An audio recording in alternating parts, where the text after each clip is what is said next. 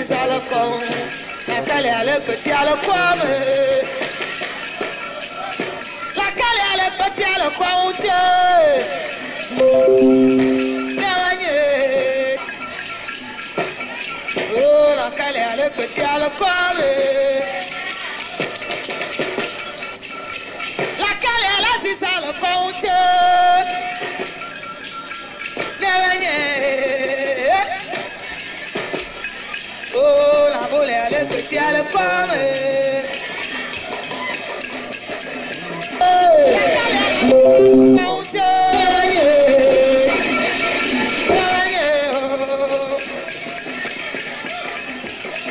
La cale à le petit à le comme.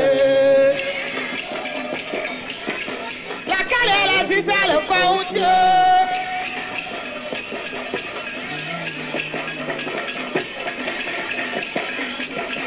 La cale ale que ti ale kwame. La cale ale sisa le kwauche. Oh, la cale ale que ti ale kwame. La cale ale sisa le kwauche.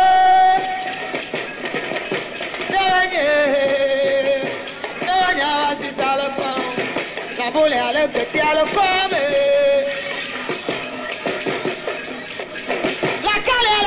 Le coach.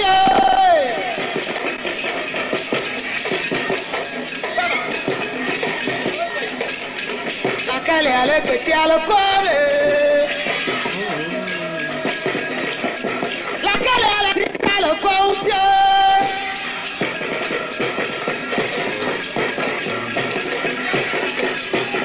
Ah, la cale ale que ti ale come.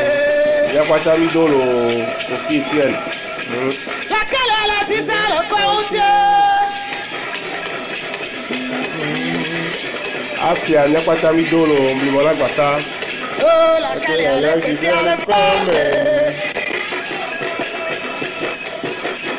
La cale ale sisa le coach.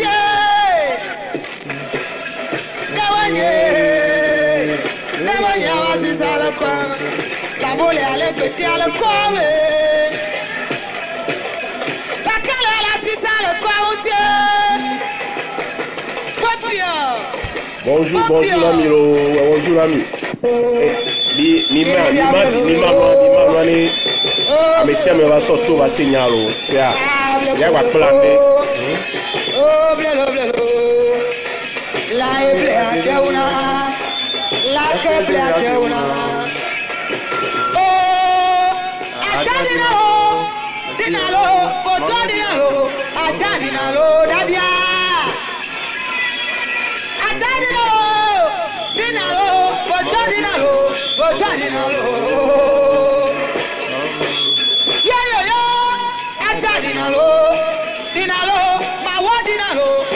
Mime, bientôt, mime, ni agba Sonia, no so dara gbasa.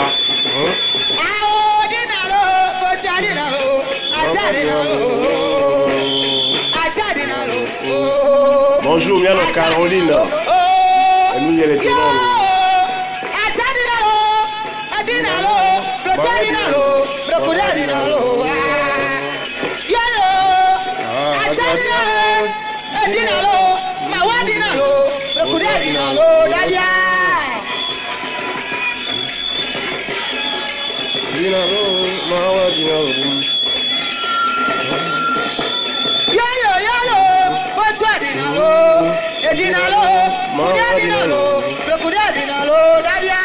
Bonjour tout le monde, bonjour. Mi ma direct à mi mène ni a façon y aller sur derrière mais les chama sur les numéros. Oh, achadinalo. Yo, achadinalo.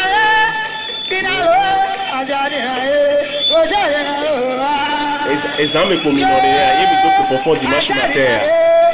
Il me faut le cardio. Donc à samedi soir, à 8h. Levo, il y a quoi t'as mis dolo à dedans. Samedi soir, à 8h, il me faut faire forme de cœur.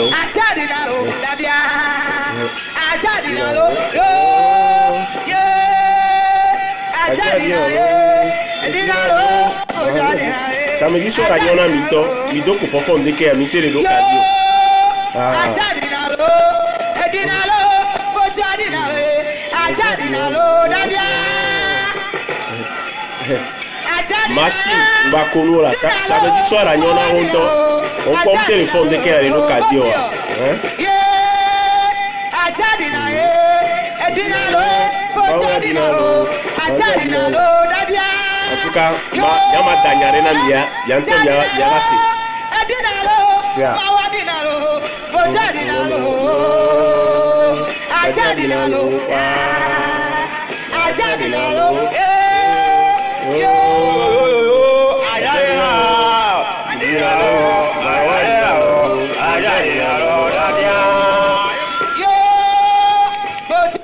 yo nyato nya noriko mi hondi nyaba ho meto de viore mi asronre ehun le tadi ara fana gon le gbagbo al se gadia meto lo fi o kekere awa fofo mi fofo lo odu vore ware mi blibona gbasara mi sia mi kekekekeke lo mi chavalu mi lo mi chavalu mau sobolisa mi chavalu hike plokodo kekekeke mi chavalu ebe kliko have ne gopo sente mi chavalu kekekekeke e mi chavalu dangoli mi chavalu mi chavalu amesiame betadi vodu vore mi va hodu me benu sese vore wa mi chavalu kekekeke mi pomla olo mi chavalu metodi ama menodi ama mi chavalu mi chavalu togbe to mene ko be ha ho mene ko haso gle dopo mi chavalu togbe nya gbofia na be ha jeru du avosa ko mi chavalu kekekeke mi chavalu se klo gbeche ma no be ho pachamara gbadi mi chavalu ma ija mi si dede mi pomla be wa ve dogba lo mi pomla we mi chavalu afana gonu mi chavalu kekekeke afandra kupon mi chavalu togbe du alogun biblebo mi chavalu le gbagbo agbonya gatoto be fi orunu matutu nu to ameno meji ba sengo kwasika ebe ke aliti ke viviti menu poto mi chavalu e se gadi aforikato on se afoveto ene mi chavalu kekekeke lo mi chavalu vodu ebe so mi chavalu aholu sakpate ke le gbeje kuto kudoli mi akokoli tabe ebe beji aholu me kwa chani mi chavalu ikele zakle ya gobe zakpa me majesi aho ya meto agboro ya suya dabi voro makundo kusure di kaka vivole o mira mi chavalu lo eko fija baku mi chavalu togbe age mi chavalu mi kekekeke mi chavalu evodu ade mi chavalu keke mama chamba be gagodo mayabo bubu yeko yedi adon kobori ga alagbo mi chavalu mi kekeke togbi popo mi pomlo mi chavalu mi egbe a ya gbaso nyari dara gbasa le mi atogbe mamo be nkome nyari afolibadi ne tore chance a ba so de leme ne ba so kule ba gben keke olo mi bribo egbe a dibi ma pompo so kure vodu ade ntina mi vodu ko yana be ade a ade vous doire vodu kebe ni o ade an kento nya ade ke mi se no ade an kebe ni o vodu be ni ko cha wati te ko be de ho ade be vodu a alo o ti on se ko be we ade la file be che avec dongbe a nuda pomposo ade anti ade voduare ade a ameyo kuzogbekuwa waba dele ame kuzogbekuwa waba dele ameke watogbo oya degbe po oya degbe kaka peut-être on a retraite wa ko va no ahome kaka gbeshi o va ku tian wa che wa ba dele bi pe a ade ni a pour en général nto a ade a vodu se un de beni moi nécessairement ben o ba dele gbo ko abe o da tro zo amegansi o alors la te roi fan fifi quoi on la sebe obe adere de tatou la femme non wa munye gome be o deva do ade anyina o adea e gome be e pomere mo tole le pome wa mere e togodi o e nogodi o ne mi se ade ben quoi alors mi se mama chamba ben quoi pome nu beni pome nu menu e mia no lumière valia ndo gbe no ela tieno chalo pomemenu pobenyina mama chamba alo adea pomemenu pobenyina ameke ku zogbeku le pomereme etrozuna deva lena me ameke ku tragiquement ame ku le gadi ame do kaveku ame tolé ame afoulé ame hu le modia etrozuna deva lena me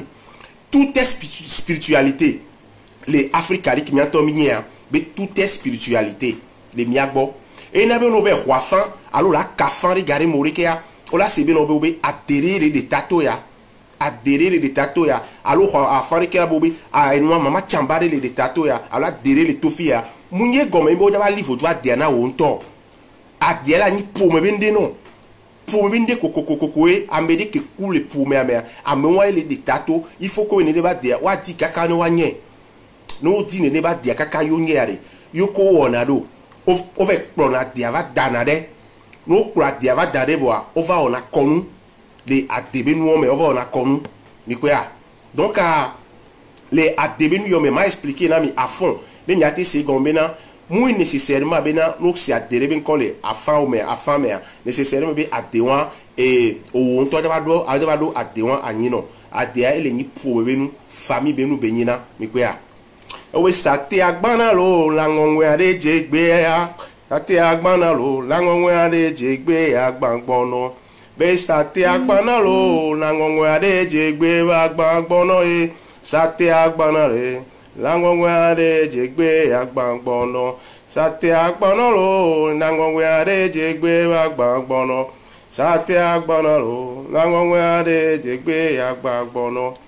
o va debe vio sotu ya degbea de ulan chama varude lo de ulan be vio iye de ulan ben chama varude a debe vio sotu ya degbea de ulan ben chama varude de ulan be vio iye de ulan ben chama varude na le kemele akpe di o be dole ame akwa akpe di e de ulan be vio sotu ya degbea de ulan ben chama varude e de oula vevio iye de oula von chama varule ade maman va de togbo va de ade vodou bonjour de Souza Régine depuis Ghana akpe la chenolo vodou ade aklamale ade aklama wa yina nya togbo ko yin o ya o dade le nya be po me ami kaka nya ma togbo won wa otro o ya de gbe kaka o va ku nene ba de ade won enyina togbo va réclamer na odona togbo a niso danade e ina ade aklama e muy bon no c'est ade ben ko la femme nko la wa c'est très important yimbe et na be faut pas renier vos familles c'est très important parce que famille me be nous ko benina no c'est la femme il faut que ade won odra no c'est le pomme wa me odo e dare bo le po wa me alors nous doit donner le pouvoir mais on va laisser c'est à travers tout afifia yo da dia de wan kakalanya yo la plate de on va donner pouvoir mais ne aussi a de wan ben quoi funu ko la ve no subo le ye wan mu be e wo to da doit de particulièrement que a de o le de que la plupart qui a mero on va ko la de on la plupart ni na amegan sirio amo va ni na amegan sirio ko na nya okwa a de wan afifia mi akeke le pour mais mi jaba subo pour me ba de ko funu ko mi jaba no subo le ye wan elle est qui maman chamba là c'est maman chamba la femme c'est maman chamba les poli mais chamba moi me o j'avais li chamba non chamba pour me be chamba wa funo j'avais no subo le nous ke wo le c'est bien quoi funo la no subo chamba le ayewa parce que chamba kujo adea et pour me nous po benyina et pour me be nous po nya famille be nous po e benyina mais quoi Amérique pepe mutina te particulier pour va li adea nyina mais Amérique cool pour me Amérique va trop journal adeva le na benyina faut tout le na mais Mila quoi par exemple là des vidéos les filles qui nous dit des vidéos des via de quelque pour une coup mais non jakko ina des vidéos ne des via to tu karadi alors mais to tu karadi ne humu kora ni bon wa ne ba mais na ipo gbero alors de quelque pour bela no pauvre du gasia kamea nous dit mais kaka quoi on la ba dere pour les dons poné parce que là adeva me dit adeva dit wa la mela kono yogo ade vodou debe semble vodou mais c'est que maman chamba c'est un nene parce que ameko kuzogbe kwa ame won re ke no tro gbongbon tro va ni vodou tro va ne mpo mi mpo egbo wa ameke no ale dompona nene va me ajena da wa ne mi ma nyam jena wa ame nu barabara o jona de di bonjour Gaba bonjour donc nene enu barabara jona de nene va me adi et na bene nene va me no le wa me wa il faut toujours be nya di mo kokokoko la femme les robots nyakbo be ame am ke tutunto les domponeo bi ko ya adea ameko o adebe nous souvent la plupart des miano ro adea amero nyina megansi bien mi le mi wa ko cha mi la te ko be adeo no na wa ko hame parce que les pauvres ame ya de dompo na me de yo ve kula de aba adea be kokolo va mu le sigbe ke o jona venavi ati pape o venavi o nana yo nyina venavi ati pape ke mi gbona be nyina venavi o awo ade atutugban o ve kplona ameke kuzogbe ko o ve ni no adon po na me kakari ko na cérémonie o le kpla de ale fi ke no ame peut-être coup tragiquement o zogbe o le kpla de va dare no ve kpla me physiquement o kplone physiquement va dare le bonbon me o la kpla va dare fifia no kpla va dare bo o va trouver jona de le o ve jona de atike di ade ajoso o la di atia kakalanya ade venavi ela che godo togbe nu le do Dallas agbedo donc adea o ve plona adea no ve plo adea va darea e no na funwa fifia o le di atike di adea jorea o le di atia kakala de atia fifia o ve plona o ve dina atia no disi atia bo o ve no suyo o le joe nyonu ye o le joe fia no joe va vo o plona va dana la mi no plona va home o va dena eye enwa kaklabi o va dena la de antike keke le zogbe o la trop la so ezogbe la klika klati nikeke awon dudu pe anen du awon le sine pe le zogbe bo o por la de va dana la home le ameke gbo be la no le pou amemea na de wan o ke ve le kafan la fire le pou ni pou wan me Victor yo ve le kafan la fire yo sea be o ba adere le il faut que me alo lie comme ya be famille yo parce que famille be nu po benyina ne togbo le da don po na wa ne mu don po le togo di wala don po le enobe godi o la ten di sale hunore pepe gbom kele wa mu le date wena o parce que ça vient de ta famille les kele si ki mama chamba be nyam blova ina minenia c'est comme ça et nous pour me nu po nyina mu nyina enu ke o jabe wo la me bubo pour me nu po kokoko pour me nu po be da nyino adia pour me nu po be nyina elle est très important mi ado lien kudo mi abe famille yo ne no ale wo mi a di famille me mi a dire ade ku mama chamba e pomenu ko be nyina lo e togodi e nogodi ame via keke pour na mere funolo mi kwa adeula bashi magbe huro adeula si magbe huai mi amamo plani gba dare amere ponu de anedwa agbeli hoholo be kuko mi sogbe arina lo ati e magbe hue adeula bashi magbe huna ya mi amama o plani gba mi atogbo plani gba dare boy amere ponu de anedu agbeli hoho boy be kupo mi sogbe arina ati e magbe hue adeula bashi magbe huna ma mi amama o plani gba mi atogbo plani gba dare boy amere ponu de anedu gbeli hoho kuko mi sogbe arina lo adevodu togbo ba de maman ba de nene benua elle est très important parce que la plupart d'amero là no c'est noi la femme toi o mnyana de ketutu to la ti zo son liario o mnyana ke ntenya debenyon mi quoi vraiment mon père Martinel un vrai AD il se prononce toujours ah oui dans le Valia vrai il y a combien de sortes d'AD au point AD on les hame va AD ki nyama glona mi aye AD acclamale AD datule mi kwa AD datule AD acclamale donc et nous on mate glona AD datule mais le funa et nous le funa togbe jipe et nous téléphone tavuga le funa AD acclima chale tavuga le funa AD tavuga ko va dona nya e gombe le pour moi mais et pour moi mais il y a togbo dade que dade kaka va ti te va na tavuga va dona nya pour moi mais ko pour la tabuga la pour climat là atewale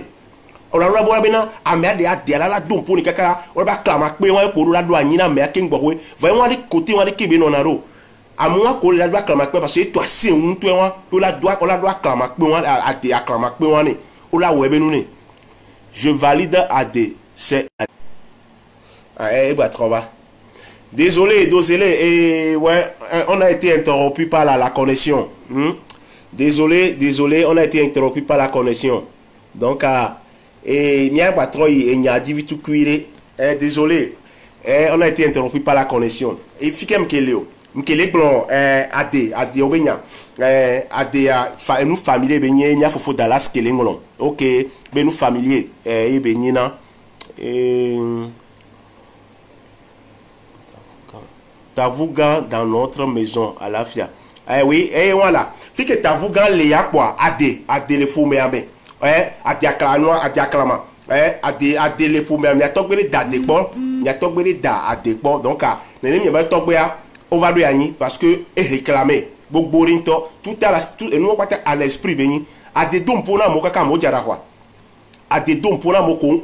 di ŋkpɔwe mɔ wa ŋkpɔ teƒe na wa amewo nyafi ko to ko wa ŋkume gblẽ na wo bikpea ena be ne nua le wɔ mia il faut toujours commencer par be ne mi va se même afan gbalo mi va se ŋutɔ tsã no be wo be ade be nya ɖe alo tsamba be nya ɖea mi mia ba home mi mia be famille yo me mia di nyuie ɖe etɔgo dia enɔgo dia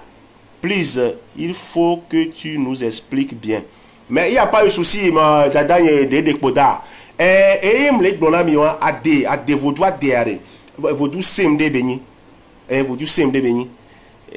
Franck Ouamé, désolé, ici tu peux pas comprendre, hein. Je suis en train de faire un direct pour les Togolais, genre quand je parle dans la langue vernaculaire. Et donc m'a expliqué, on a été interrompu tout à l'heure. Ade vodou rebenya, vodou sem benyi. Dès que maman chambala don pour ame, ye adichan ne kwechan don pour ame, et non pas ta zogbetowe, et me le tourne avec ame koku tragiquement. Waouh, trop on a dévalé là, mais la plupart, voilà, ahouissou, mais qui est tombé le coup d'adé, au dade, il y a des bé, kaka, bon, toi, va na retête, ou aller que couche, on va y nader, valé, mais t'es dit à la home fa, au te dit les bénigrants fa, tombé on la nyade la valé, parce que il y a des bé pendant des siècles, agbe, des siècles, et une Québec pour la dégbé, Amérique, et m'y attend, c'est, et m'y a non, affia maladie ha. Be nous qui on la dégbe amera nous on la dégbe amera bati non ma c'est we adebe ha be dire funu to mi la ko adebe nya e be glon le funu wa enu ko nya to gbo po le gbe adia o enu bu be yin adelan gangan ou la gangan wa ko lon pour nous pose zanan 5 ans à l'époque quand ne va mais on va quoi auto jouna adere non na pome avec ko protéger na pome ni pe ko gbe le di ponu yiwa gbo o la we non et to vodou c'est le pome ame adiwa ba de banana ni que même au plat mais amélioré ko plat amo gbana ntochan à l'époque ameko et noa mama chamba be noa ki mi gbon ba ame peuple vodua mo gbana esclave mo ko no révolté o wa me ki ntochan plat ame anto gbana ne ba me ko plat ame gbana o wi ntochan trop journée de valer na me le pome ame Bikwe les paumés ame. Et il faut toujours rester en connexion avec votre famille. Ne nous am tom pour mi awe egboa. Elle va tom pour mi abe vio. Ne tom pour mi abe vio. Elle va tom pour mi abe de maman abe vio. Elle va tom pour nami. Parce que vous doit elle qui a me plogodo. Ni ami va mi la gbajo. Ou afi ko le ekpole. Ame butia la gbava et la va webedo. Nde pepe mu le enu ya ki ya menti. Kenyi nous le bon mais que la tout qui anti la va ou ame beto parce que nous les ko bo va o la gbajo me butia la gbava va et la gbava we. Niawo l'Afrique en matière de spiritualité a continuité benyinami l'Afrique bitati pon komi va le po egbon komi le ne gbe wa ne mi gbe a enu la don poni mi be viola gbe mi kaka mi am ngbale o e na be enu oni mi se la fidea ja gba be nya gba avec se gome nya gba di nya se est-ce que effectivement a debe nya ke le se are et les pomme mena ya et les togodina et les nogodina ya ne adi moto nti ne tome e sonyi soa ne be nu le pe ngbava wo e vi o alo on totion mi pe a e mle gbo be ade amu ibe no be o se ade be nko po dava po la de avana wo nto alo ja li ade ana wo nto ade a e po me nu po be yin no o la di mo le fi ke be le a o la ve no sin le funu po are evo mo ki a ade la beble fula mi akwata mi do la ade la beble fula togbo ba de maman ba de la enu ale do wa nene be le aye wa donc ade a ame koku tragiquement wa we la plupart yina ade on be yakimi de gbo ade akanua ade anua tabuga acclément ko ade acclamation la plupart togbe ko ya degbe le fo me wa plupart on ne amelo ade lo se na togbo ya degbo ku ti adegbe wa ku lon o elon lui eti adegbe amon so na devale na me togbe ke dade kakaka e rote chan etro so na devale na me le fo me ame et na mi la kwa ahwesu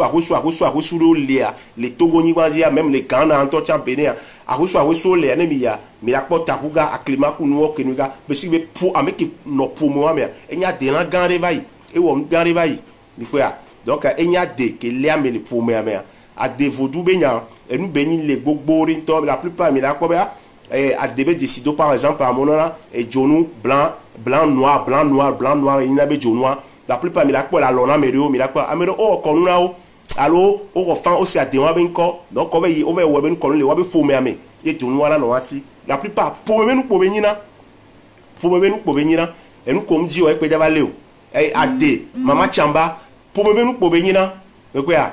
obe enonye adima e medro agbana mo fo me to wa gban medro e menonye adima e medro agbana mo fo me to wa gban medo be fo me to wa gban edo e fo me to wa gban medro be fo me to wa gban medro e fo me to wa gban edro be nonye adima e medro agbana mo fo me to wa gban medro ate de la beble fula be togbo ba de maman ba de donc a nene ate be nya le ayewa et maintenant me pepe que la gwenye ate mama chamba et pour me nous pour belaniro ne mi c'est la femme yo mi c'est la fille yo ne mi la we benti do kwa mi aja gbagba be mi agogo mi be famille yo famille ya me noa les famille ya me na me ne mu le nogodi wa ela no togodi sia ne mu le nogodi wa ela no togodi lo donc ayo egbe a zozo lento donc a yem le glonami c'est très important ne et ne ndele o mi a di no agomenyoere ne mi laisse vos doigts de allo mi kafan allo be ho fanre o ba dere le dom porora allo bon li o me be o le si adere ben ko allo le si bunu ale ben ko o la plan mi akpa sa fando kakakaka fike de wan le allo no mama chamba wan le no pa sa fando kakaka kwa mi la po be mi la la potane sia donc a debe nya ke mi ma so dara gba sala mi de ken ya eye wan ade play ade muna agbanawo agbedo lo asino agbedo donc evodu ade a be nya ogbongbolan eye won lo donc ade be nya ke ma so dara gbasana mi egbe nya cha mi agba plan le me won npo be gbe a samedi so anyon na mi sugbo unu donc a mi sugbo mi mba kamo donc nya ma gba so video adare na mi nya me na me coachan wa gba plan le me alo donc ma gba gble les filles na mi nene wa adebe nya kum so na mi ndeke ya bref vidéo a nyento nyi vidéo wa no didio bref pour la mesia me de voix baté va trois po elo tia akpelo miano valia akpe e miano poda akpe mi akpata keke de kadi e mpumla mi mchava lu mi keke e consider ba no boko ne mi adometo de siade ne mi ave fi komi le keke consider ba no boko na mi lo consider no boko na mi nchava lumi pomla togbe nyoke keke mama nyoke adela ble fo antomi pomle lo consider no boko na mi miano valo bye bye donc angba sidio walo bye bye na mi lo pour la prochaine fois.